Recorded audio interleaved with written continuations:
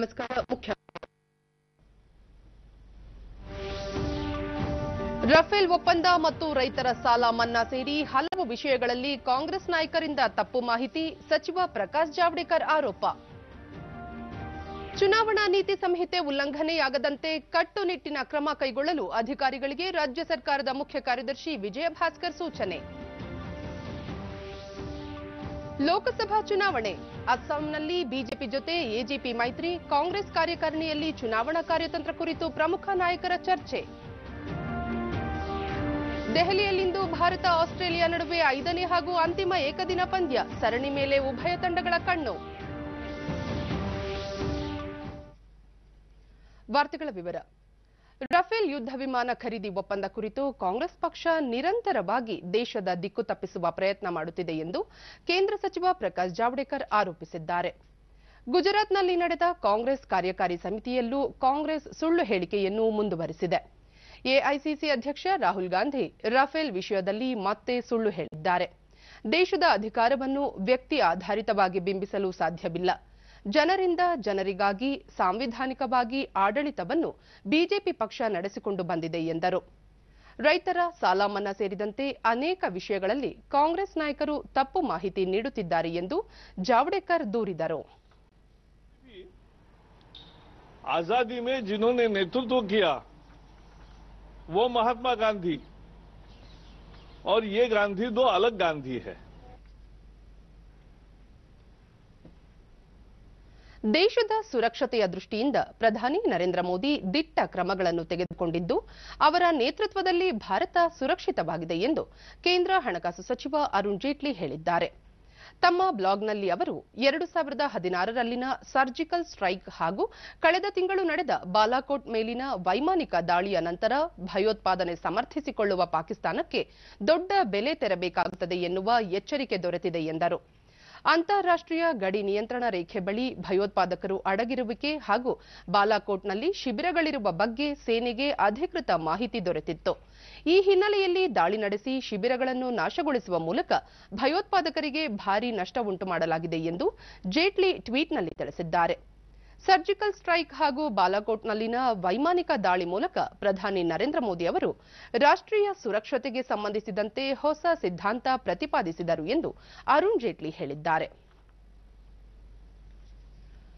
ಲೋಕಸಭಾ ಚುನಾವಣೆ ವೇಳೆ ತಟಸ್ಥರಾಗಿದ್ದುಕೊಂಡು ನ್ಯಾಯಸಮ್ಮತ ಹಾಗೂ ಈ ಸಂದರ್ಭದಲ್ಲಿ ಕೈಗೊಳ್ಳಬಹುದಾದ ಕ್ರಮಗಳ ಕುರಿತು ಸರಿಯಾದ ದೃಷ್ಟಿಕೋನ ಹೊಂದಿರಬೇಕೆಂದು ರಾಜ್ಯ ಸರ್ಕಾರದ ಮುಖ್ಯ ಕಾರ್ಯದರ್ಶಿ ಟಿಎಂ ವಿಜಯ ಭಾಸ್ಕರ್ ಅವರು ಅಧಿಕಾರಿಗಳಿಗೆ ಸೂಚಿಸಿದ್ದಾರೆ. ಬೆಂಗಳೂರಿನಲ್ಲಿ ನಿನ್ನೆ ಅವರು ಸರ್ಕಾರದ ಹೆಚ್ಚುವರಿ ಮುಖ್ಯ ಕಾರ್ಯದರ್ಶಿಗಳು, ಪ್ರಧಾನ ಕಾರ್ಯದರ್ಶಿಗಳು ಮತ್ತು ಕಾರ್ಯದರ್ಶಿಗಳಿಗಾಗಿ ರಾಜ್ಯ ಚುನಾವಣಾ ಆಯೋಗ ಆಯೋಜಿಸಿದ್ದ ನೀತಿ ಸಂಹಿತೆ ಕುರಿತ ತರಬೇತಿ ಶಿಬಿರದಲ್ಲಿ ಈ ವಿಷಯ ತಿಳಿಸಿದರು.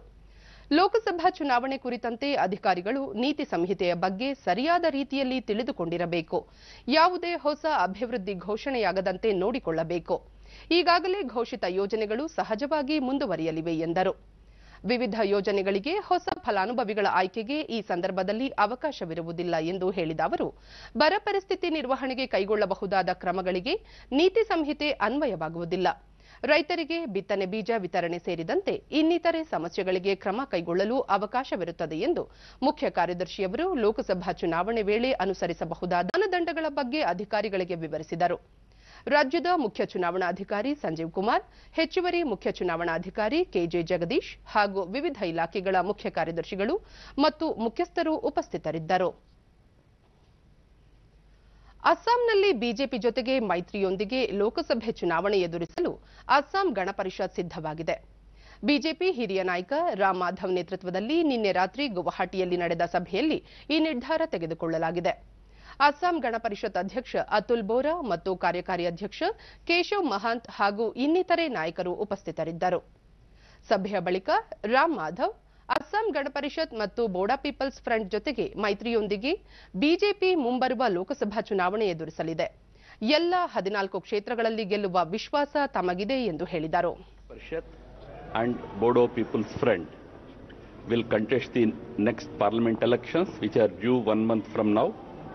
We will together ensure that Congress party is defeated in all the 14 seats of the state and we together win all the seats. We decided that in the larger interest of the state and the larger objective of defeating the Congress party, we will work together and contest the elections jointly as an alliance. Lok Sabha ಚುನಾವಣೆಗೆ ಪಕ್ಷದ ಪ್ರಚಾರಕ್ಕೆ ಚಾಲನೆ ನೀಡಲು ಗುಜರಾತ್ನ ಅಹಮದಾಬಾದ್ನಲ್ಲಿ ನಿನ್ನೆ ಕಾಂಗ್ರೆಸ್ ಕಾರ್ಯಕಾರಿಣಿ ಸಭೆ ಹಾಗೂ ಸಮಾವೇಶ ನಡೆಯಿತು. ಮಾಜಿ ಪ್ರಧಾನಿ ಮನಮೋಹನ್ ಸಿಂಗ್, ಪಕ್ಷದ ಹಿರಿಯ ನಾಯಕಿ ಸೋನಿಯಾ ಗಾಂಧಿ, ಎಐಸಿಸಿ ಅಧ್ಯಕ್ಷ ರಾಹುಲ್ ಗಾಂಧಿ, ಪಕ್ಷದ ನೂತನ ಪ್ರಧಾನ ಕಾರ್ಯದರ್ಶಿ ಪ್ರಿಯಾಂಕಾ ಗಾಂಧಿ ವಾದ್ರಾ, ನಾಯಕ ಗುಲಾಬ್ ನಬಿ ಆಜಾದ್ ಸೇರಿದಂತೆ ಪ್ರಮುಖರು ಪಾಲ್ಗೊಂಡಿದ್ದರು.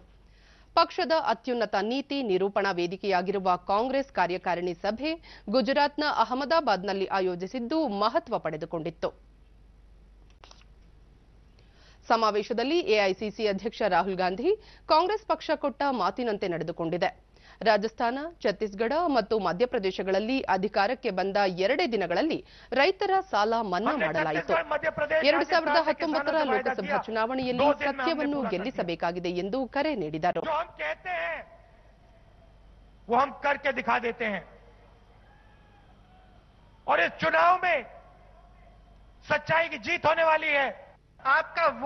ಪ್ರಿಯಾಂಕಾ ಗಾಂಧಿ ವಾದ್ರಾ, ನಿಮ್ಮ ಮತ ಒಂದು ಅಸ್ತ್ರವಾಗಿದೆ, ಆದರೆ ಅದನ್ನು ಮತ್ತೊಬ್ಬರನ್ನು ನೋಯಿಸುವ, ದ್ವೇಷಿಸುವ, ಗಾಯಗೊಳಿಸುವುದಕ್ಕೆ ಬಳಸದೆ ನಿಮ್ಮನ್ನು ಶಕ್ತಿವಂತರನ್ನಾಗಿ ಮಾಡಲು ಬಳಸಿ ಎಂದು ಹೇಳಿದರು.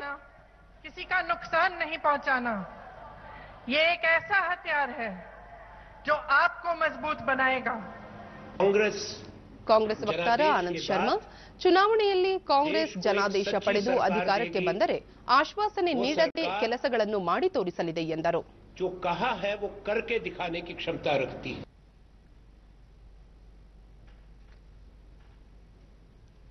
ಜಮ್ಮು ಕಾಶ್ಮೀರದಲ್ಲಿನ ಪರಿಸ್ಥಿತಿಯ ಕುರಿತು ನಿರಂತರ ಅವಲೋಕಿಸಲಾಗುತ್ತಿದ್ದು, ಆ ರಾಜ್ಯದಲ್ಲಿ ವಿಧಾನಸಭಾ ಚುನಾವಣೆ ನಡೆಸುವ ಬಗ್ಗೆ ಶೀಘ್ರ ನಿರ್ಧಾರ ತೆಗೆದುಕೊಳ್ಳಲಾಗುವುದು ಎಂದು ಚುನಾವಣಾ ಆಯೋಗ ತಿಳಿಸಿದೆ.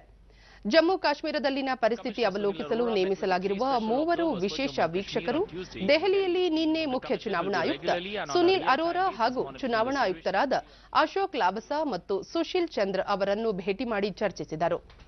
ಶೀಘ್ರವೇ ಜಮ್ಮು ಕಾಶ್ಮೀರಕ್ಕೆ ಭೇಟಿ ನೀಡಿ ಅಲ್ಲಿನ ಪರಿಸ್ಥಿತಿಯ ಅಧ್ಯಯನ ನಡೆಸಿ ಅಲ್ಲಿ ಕೈಗೊಳ್ಳಬಹುದಾದ ಸಿದ್ಧತೆಯ ಕುರಿತು ಮಾಹಿತಿ ನೀಡುವಂತೆ 3 ವೀಕ್ಷಕರಿಗೆ ತಿಳಿಸಲಾಗಿದೆ. ಇವರು ವಿವಿಧ ರಾಜಕೀಯ ಪಕ್ಷಗಳು ಹಾಗೂ ಜಿಲ್ಲಾ ಮತ್ತು ರಾಜ್ಯಗಳ ಆಡಳಿತಾಧಿಕಾರಿಗಳ ಜೊತೆ ಸಭೆ ನಡೆಸಿ ಸ್ಥಿತಿಗತಿಯ ಪರಾಮರ್ಶೆ ನಡೆಸಲಿದ್ದಾರೆ ಎಂದು ಚುನಾವಣಾ ಆಯೋಗ ತಿಳಿಸಿದೆ. ಜೈಷ್ ಎ ಮೊಹಮ್ಮದ್ ಭಯೋತ್ಪಾದಕ ಸಂಘಟನೆಯ ಮುಖ್ಯಸ್ಥ ಮಸೂದ್ ಅಜರ್ ಪಾಕಿಸ್ತಾನ ಅಂತಾರಾಷ್ಟ್ರೀಯ ಮಟ್ಟದಲ್ಲಿ ಅಸಹಾಯಕ ಸ್ಥಿತಿಗೆ ತಲುಪಿದೆ. ಅಮೆರಿಕ, ಬ್ರಿಟನ್, ಫ್ರಾನ್ಸ್ ದೇಶಗಳು ಈ ಸಂಬಂಧ ಕಳೆದ ವಾರ ವಿಶ್ವಸಂಸ್ಥೆಯ ಭದ್ರತಾ ಮಂಡಳಿಯಲ್ಲಿ ಪ್ರಸ್ತಾವನೆ ಸಲ್ಲಿಸಿದ್ದವು.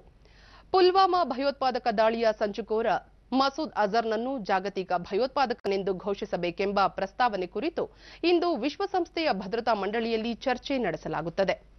ಈ ಮಧ್ಯೆ ಆಫ್ಘಾನಿಸ್ತಾನ ಜೈಷ್ ಎ ಮೊಹಮ್ಮದ್ ಭಯೋತ್ಪಾದನೆ ಸಂಘಟನೆಯ ಮುಖ್ಯಸ್ಥ ಮಸೂದ್ ಅಜರ್ನನ್ನು ಜಾಗತಿಕ ಭಯೋತ್ಪಾದಕನೆಂದು ಘೋಷಿಸುವಂತೆ ಸಲ್ಲಿಸಲಾಗಿರುವ ಪ್ರಸ್ತಾವನೆಗೆ ಬೆಂಬಲ ಸೂಚಿಸುವ ಮೂಲಕ ನೆರೆಯ ಪಾಕಿಸ್ತಾನಕ್ಕೆ ಬಿಸಿ ಮುಟ್ಟಿಸಿದೆ. ಆಫ್ಘಾನಿಸ್ತಾನದ ರಾಷ್ಟ್ರೀಯ ಭದ್ರತಾ ಸಲಹೆಗಾರ ಅಬ್ದುಲ್ಲಾ ಮೊಹಮ್ಮದ್ ತಮ್ಮ ದೇಶದ ನಿಲುವನ್ನು ವಿಶ್ವಸಂಸ್ಥೆಯಲ್ಲಿ ಮಂಡಿಸಿದರು. 1988 and 1265 should no longer be compromised. Any failure in this regard translates to a failure of the Security Council's response to combating terrorism in extreme effectively, and also renders these groups capable of continuing their destructive activities. ಕೇಂದ್ರ ಚುನಾವಣಾ ಆಯೋಗವು ಸಾರ್ವತ್ರಿಕ ಚುನಾವಣೆಗೆ ದಿನಾಂಕಗಳನ್ನು ಘೋಷಿಸುತ್ತಿದ್ದಂತೆಯೇ ಕೋಲಾರ ಲೋಕಸಭಾ ಕ್ಷೇತ್ರದಲ್ಲಿ ಚುನಾವಣಾ ಮಾದರಿ ನೀತಿ ಸಂಹಿತೆ ಜಾರಿಗೆ ಬಂದಿದೆ. ನೀತಿ ಸಂಹಿತೆ ಕಟ್ಟುನಿಟ್ಟಾದ ಅನುಷ್ಠಾನಕ್ಕೆ ವಿವಿಧ ತಂಡಗಳನ್ನು ರಚಿಸಲಾಗಿದ್ದು, ರಾಜ್ಯ ಮತ್ತು ಕೇಂದ್ರ ಸರ್ಕಾರದ ಜಾಹೀರಾತು ಫಲಕಗಳನ್ನು ತೆರವುಗೊಳಿಸಲಾಗಿದೆ. ಜನಪ್ರತಿನಿಧಿಗಳಾದ ಜಿಲ್ಲಾ ಪಂಚಾಯಿತಿ ಅಧ್ಯಕ್ಷರು, ಉಪಾಧ್ಯಕ್ಷರು, ತಾಲೂಕು ಪಂಚಾಯಿತಿ ಅಧ್ಯಕ್ಷರು, ನಗರಸಭೆ ಅಧ್ಯಕ್ಷರು ಸೇರಿದಂತೆ ಎಲ್ಲ ಚುನಾಯಿತ ಪ್ರತಿನಿಧಿಗಳು ಬಳಸುತ್ತಿದ್ದ ಕಾರುಗಳನ್ನು ಜಿಲ್ಲಾಧಿಕಾರಿಗಳ ವಶಕ್ಕೆ ಪಡೆದಿದ್ದಾರೆ. ಕೋಲಾರ ಲೋಕಸಭಾ ಕ್ಷೇತ್ರದ ಚುನಾವಣಾ ಅಧಿಕಾರಿ ಜಿ ಮಂಜುನಾಥ್, ನಗರ ಪ್ರದೇಶಗಳಲ್ಲಿ ಸ್ಥಳೀಯ ಸಂಸ್ಥೆಗಳ ಅಧಿಕಾರಿಗಳು ಮತ್ತು ಗ್ರಾಮೀಣ ಭಾಗದಲ್ಲಿ ಪಂಚಾಯಿತಿ ಅಭಿವೃದ್ಧಿ ಅಧಿಕಾರಿಗಳು ಹಾಗೂ ಗ್ರಾಮ ಲೆಕ್ಕಿಗರು 24 ಗಂಟೆಯಲ್ಲಿ ಜಾಹೀರಾತು ಫಲಕಗಳನ್ನು ತೆರವುಗೊಳಿಸಿದ್ದಾರೆ ಎಂದು ತಿಳಿಸಿದ್ದಾರೆ. ನಾವು ಹಿಂಪಡೆದಿದ್ದೇವೆ. ಅದರ ಜೊತೆಗೆ ಸರ್ಕಾರಿ ಕಟ್ಟಡಗಳ ಮೇಲೆ ಇರುವಂಥ ಯಾವುದೇ ಪೊಲಿಟಿಕಲ್ ಅಡ್ವರ್ಟೈಸ್ಮೆಂಟ್ಸ್ನ ತೆರವುಗೊಳಿಸುವಂಥ ಕಾರ್ಯ ನಡೀತಾ ಇದೆ. ನಗರ ಪ್ರದೇಶದಲ್ಲಿ ನಮ್ಮ ಎಲ್ಲ ನಗರ ಸ್ಥಳೀಯ ಸಂಸ್ಥೆಗಳು, ಗ್ರಾಮೀಣ ಭಾಗದಲ್ಲಿ ಎಲ್ಲ ನಮ್ಮ PDO ವಿಲೇಜ್ ಅಕೌಂಟೆಂಟ್ ಆದಿಯಾಗಿ ಎಲ್ಲರೂ ಈ ಪ್ರಕ್ರಿಯೆಯಲ್ಲಿ ತೊಡಗಿಕೊಂಡಿದ್ದಾರೆ. ಇಥಿಯೋಪಿಯಾದಲ್ಲಿ ಬೋಯಿಂಗ್ 737 ಮ್ಯಾಕ್ಸ್ 8 ವಿಮಾನ ಅಪಘಾತಕ್ಕೀಡಾದ ನಂತರ ಅನೇಕ ದೇಶಗಳು ತಮ್ಮಲ್ಲಿರುವ ಈ ವಿಮಾನಗಳ ಹಾರಾಟಕ್ಕೆ ನಿರ್ಬಂಧ ಹೇರಿವೆ. ಭಾರತ ಕೂಡ ನಿನ್ನೆ ರಾತ್ರಿ ತಾತ್ಕಾಲಿಕವಾಗಿ ಬೋಯಿಂಗ್ 737 ಮ್ಯಾಕ್ಸ್ 8 ವಿಮಾನಗಳ ಹಾರಾಟವನ್ನು ನಿಷೇಧಿಸಿದೆ. ಈ ವಿಮಾನಗಳ ಸುರಕ್ಷತೆಗೆ ಸಂಬಂಧಿಸಿದಂತೆ ತನಿಖೆ ಪೂರ್ಣಗೊಳ್ಳುವವರೆಗೆ ಈ ನಿರ್ಬಂಧ ಇರಲಿದೆ ಎಂದು ನಾಗರಿಕ ವಿಮಾನಯಾನ ಸಚಿವಾಲಯ ತಿಳಿಸಿದೆ. ಈಗಾಗಲೇ ಸಂಬಂಧಿತ ವಿಮಾನಯಾನ ಸಂಸ್ಥೆಗಳು ಹಾಗೂ ಏಜೆನ್ಸಿಗಳ ಜೊತೆಗೂ ನಿರಂತರ ಮಾತುಕತೆ ನಡೆಸಲಾಗಿದೆ ಎಂದು ಸಚಿವಾಲಯ ಹೇಳಿದೆ. ನಾಗರಿಕ ವಿಮಾನಯಾನ ಸಚಿವ ಸುರೇಶ್ ಪ್ರಭು ವಿಮಾನಯಾನ ಸಂಸ್ಥೆ ಅಧಿಕಾರಿಗಳ ಸಭೆ ಕರೆದಿದ್ದು ಪ್ರಯಾಣಿಕರ ಸುರಕ್ಷತೆ ಕುರಿತು ಚರ್ಚಿಸಲಿದ್ದಾರೆ. ಪಟಾಕಿಗಳಿಗಿಂತಲೂ ಹೆಚ್ಚಾಗಿ ವಾಹನಗಳಿಂದಲೇ ಪರಿಸರ ಮಾಲಿನ್ಯ ಉಂಟಾಗುತ್ತಿದೆ ಎಂದು ಸುಪ್ರೀಂ ಕೋರ್ಟ್ ಅಭಿಪ್ರಾಯಪಟ್ಟಿದೆ. ಪಟಾಕಿಯಿಂದ ಪರಿಸರ ಮಾಲಿನ್ಯ ಹೆಚ್ಚುತ್ತಿದ್ದು, ಪಟಾಕಿ ಸುಡುವುದನ್ನು ಸಂಪೂರ್ಣ ನಿಷೇಧಿಸಬೇಕು ಎಂದು ಸಲ್ಲಿಸಿದ್ದ ಸಾರ್ವಜನಿಕ ಹಿತಾಸಕ್ತಿ ಅರ್ಜಿ ಕುರಿತು ನಿನ್ನೆ ನ್ಯಾಯಮೂರ್ತಿಗಳಾದ ಎಸ್ಎ ಬೋಬ್ಡೆ ಮತ್ತು ಎಸ್ಎ ನಜೀರ್ ಅವರಿದ್ದ ಪೀಠ ವಿಚಾರಣೆ ನಡೆಸಿತು. ಈ ವೇಳೆ ನ್ಯಾಯಪೀಠ ಪರಿಸರ ಮಾಲಿನ್ಯ ಹೆಚ್ಚಾಗಲು ಪಟಾಕಿಯೇ ಕಾರಣ ಎಂದು ಹೇಳಲಾಗುತ್ತಿದೆ. ಇದರಿಂದ ಪಟಾಕಿ ತಯಾರಿಕೆ ಉದ್ಯಮದಲ್ಲಿ ತೊಡಗಿರುವ ಕಾರ್ಮಿಕರು ಉದ್ಯೋಗ ಕಳೆದುಕೊಳ್ಳುತ್ತಿದ್ದು, ನಿರುದ್ಯೋಗ ಪ್ರಮಾಣ ಹೆಚ್ಚುತ್ತಿದೆ ಎಂದು ಕಳವಳ ವ್ಯಕ್ತಪಡಿಸಿತು. ಇದೇ ವೇಳೆ ನ್ಯಾಯಾಲಯ ಪಟಾಕಿಗೆ ಹೋಲಿಸಿದರೆ ವಾಹನಗಳಿಂದಲೇ ಹೆಚ್ಚು ಪರಿಸರ ಮಾಲಿನ್ಯ ಉಂಟಾಗುತ್ತಿದೆ ಎಂದು ಅಭಿಪ್ರಾಯಪಟ್ಟಿತು. ಪಟಾಕಿಯ ಮೇಲೆ ನಿಷೇಧ ಹೇರುವುದರಿಂದ ದೇಶದಲ್ಲಿ ನಿರುದ್ಯೋಗ ಪ್ರಮಾಣ ಹೆಚ್ಚಾಗಲಿದೆ ಎಂದು ನ್ಯಾಯಪೀಠ ಹೇಳಿದೆ. ಹಾಸನ ಜಿಲ್ಲೆ ಅರಸೀಕೆರೆ ಗ್ರಾಮಾಂತರದ ದೇವರಸನಹಳ್ಳಿ ಬಳಿ ಇಂದು ಬೆಳಗ್ಗೆ ಭೀಕರ ರಸ್ತೆ ಅಪಘಾತ ಸಂಭವಿಸಿ 3 ಮೃತಪಟ್ಟಿದ್ದು 4 ಗಾಯಗೊಂಡಿದ್ದಾರೆ. ರಾಷ್ಟ್ರೀಯ ಹೆದ್ದಾರಿ 206ರಲ್ಲಿ ಕೆಎಸ್ಆರ್ಟಿಸಿ ಬಸ್ ಮತ್ತು ಕಾರಿನ ನಡುವೆ ಡಿಕ್ಕಿಯಾಗಿ ಈ ಅವಘಡ ಸಂಭವಿಸಿದೆ. ಗಾಯಾಳುಗಳಿಗೆ ಅರಸೀಕೆರೆ ಸರ್ಕಾರಿ ಆಸ್ಪತ್ರೆಯಲ್ಲಿ ಚಿಕಿತ್ಸೆ ನೀಡಿ ನಂತರ ಹೆಚ್ಚಿನ ಚಿಕಿತ್ಸೆಗಾಗಿ ಶಿವಮೊಗ್ಗ ಆಸ್ಪತ್ರೆಗೆ ದಾಖಲಿಸಲಾಗಿದೆ. ತುಮಕೂರು ಜಿಲ್ಲೆ ಮಧುಗಿರಿಯಿಂದ ಶಿವಮೊಗ್ಗಕ್ಕೆ ಕಾರಿನಲ್ಲಿ ತೆರಳುತ್ತಿದ್ದ ವೇಳೆ ಈ ದುರ್ಘಟನೆ ನಡೆದಿದೆ. ಸೆನ್ಸೆಕ್ಸ್ ಮುಂಬೈ ಷೇರುಪೇಟೆಯ ಆರಂಭಿಕ ವಹಿವಾಟಿನಲ್ಲಿ ಷೇರು ಸಂವೇದಿ ಸೂಚ್ಯಂಕ 135 ಅಂಕಗಳ ಏರಿಕೆ ನಂತರ 37,671ರಲ್ಲಿತ್ತು. ರಾಷ್ಟ್ರೀಯ ಸಂವೇದಿ ಸೂಚ್ಯಂಕ ನಿಫ್ಟಿ 22 ಅಂಕಗಳ ಏರಿಕೆ ಕಂಡು 11,323ರಲ್ಲಿತ್ತು. ಅಂತಾರಾಷ್ಟ್ರೀಯ ಮಾರುಕಟ್ಟೆಯಲ್ಲಿ ಡಾಲರ್ ಎದುರು ರೂಪಾಯಿ ಮೌಲ್ಯ 8 ಪೈಸೆ ಏರಿಕೆ ನಂತರ 69.63ರಲ್ಲಿತ್ತು. ನೇಪಾಳದಲ್ಲಿ ನಿನ್ನೆಯಿಂದ ಮಹಿಳೆಯರ 5ನೇ ಸ್ಯಾಫ್ ಫುಟ್ಬಾಲ್ ಚಾಂಪಿಯನ್ಶಿಪ್ ಆರಂಭವಾಗಿದೆ. ಹಾಲಿ ಚಾಂಪಿಯನ್ ಭಾರತ ತಂಡದ ಆಟಗಾರ್ತಿಯರು ಇಂದು ನಡೆಯಲಿರುವ ತಮ್ಮ ಮೊದಲ ಪಂದ್ಯದಲ್ಲಿ ಮಾಲ್ಡೀವ್ಸ್ ತಂಡವನ್ನು ಎದುರಿಸಲಿದ್ದಾರೆ. ರಕ್ಷಣಾ ಆಟಗಾರ್ತಿ ಆಶಾಲತಾ ದೇವಿ ನಾಯಕತ್ವದಲ್ಲಿರುವ ಭಾರತ ತಂಡ ಶುಭಾರಂಭ ಮಾಡುವ ವಿಶ್ವಾಸದಲ್ಲಿದೆ. ಭಾರತೀಯ ಕಾಲಮಾನ ಅಪರಾಹ್ನ 2:45 ಪಂದ್ಯ ಆರಂಭವಾಗಲಿದೆ. ಒಟ್ಟು 6 ತಂಡಗಳು ಟೂರ್ನಿಯಲ್ಲಿ ಭಾಗವಹಿಸಿವೆ. ಭಾರತ ಬಿ ಗುಂಪಿನಲ್ಲಿ ಮಾಲ್ಡೀವ್ಸ್ ಮತ್ತು ಶ್ರೀಲಂಕಾ ಜೊತೆ ಸ್ಥಾನ ಹೊಂದಿದೆ. ಎ ಗುಂಪಿನಲ್ಲಿ ನೇಪಾಳ, ಬಾಂಗ್ಲಾದೇಶ ಮತ್ತು ಭೂತಾನ್ ತಂಡಗಳಿವೆ. ಕ್ರಿಕೆಟ್ ದೆಹಲಿಯ ಫಿರೋಜ್ ಶಾ ಕೋಟ್ಲಾ ಮೈದಾನದಲ್ಲಿ ಇಂದು ಭಾರತ ಮತ್ತು ಆಸ್ಟ್ರೇಲಿಯಾ ತಂಡಗಳ ನಡುವೆ ಏಕದಿನ ಕ್ರಿಕೆಟ್ ಸರಣಿಯ 5ನೇ ಹಾಗೂ ಅಂತಿಮ ಪಂದ್ಯ ನಡೆಯಲಿದೆ. ಮಧ್ಯಾಹ್ನ 1:30ಕ್ಕೆ ಪಂದ್ಯ ಆರಂಭವಾಗಲಿದೆ.